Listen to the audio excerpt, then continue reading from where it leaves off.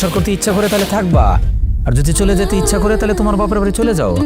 তোমার জ্ঞানী গণী ৫ নাটকের রিভিউ। যখন এই নাটকটি ওটিটিতে আসবে সঙ্গে সঙ্গে এই চ্যানেলে আপলোড করে দেওয়া হবে, তাই এই নাটকটি সবার আগে দেখতে চাইলে আমাদের চ্যানেল সাবস্ক্রাইব করে রাখুন। কি জিনিস বানাইছে ভাই, এটা নাটক নাকি আগুন? এই কথা বলছি, এর কারণ জানতে চাইলে পুরো ভিডিওটি দেখতে হবে।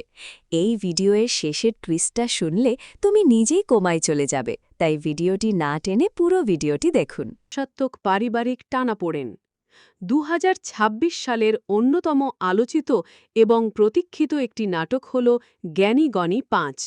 বঙ্গ অরিজিনালসের ব্যানারে নির্মিত এই নাটকটি ইতিমধ্যেই দর্শকদের মধ্যে ব্যাপক কৌতূহল সৃষ্টি করেছে। ইমরান ইমনের পরিচালনায় এবং সুফিয়ান রায়হানের প্রযোজনায় নাটকটি গ্রামীণ প্রেক্ষাপটে এক অদ্ভুত ও জটিল জীবনের গল্প তুলে ধরে।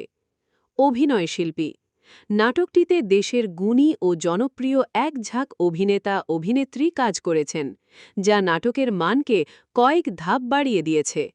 শরাফ আহমেদ জীবন প্রধান চরিত্রে অর্থাৎ গণীর ভূমিকায় দেখা যাবে তাকে।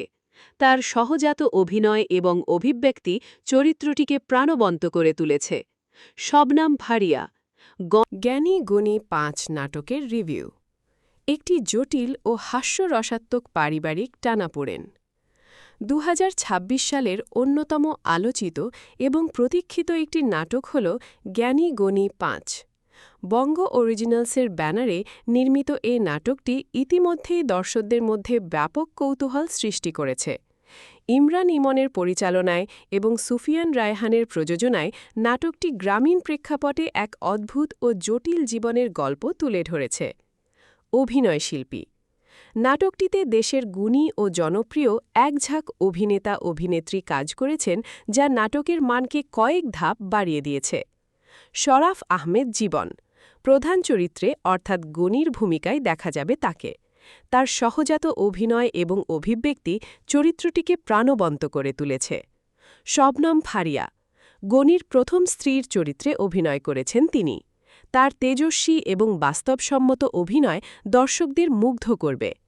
নতুন মুখ নাটকে গণীর দ্বিতীয় স্ত্রীর চরিত্রে অভিনয় করেছেন আরও একজন অভিনেত্রী, যার উপস্থিতি গল্পের মোড় ঘুরিয়ে দেয়।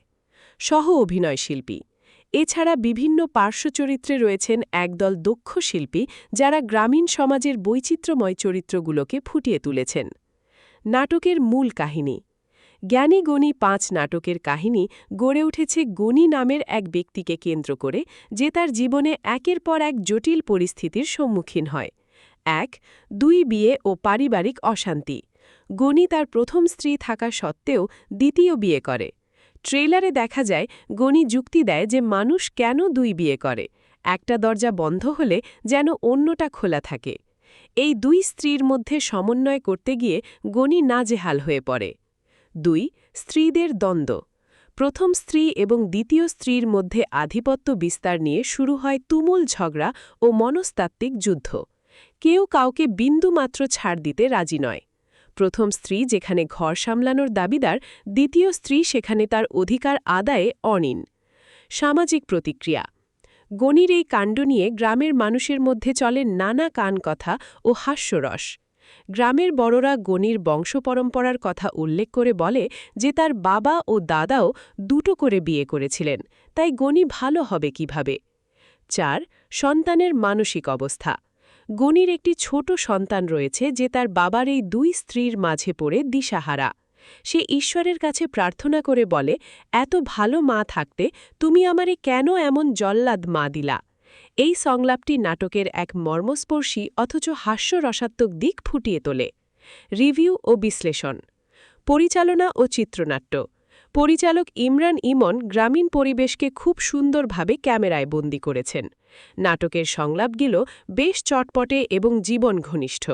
বিশেষ করে জ্ঞানী গণীর বিভিন্ন অযৌক্তিক যুক্তিগুলো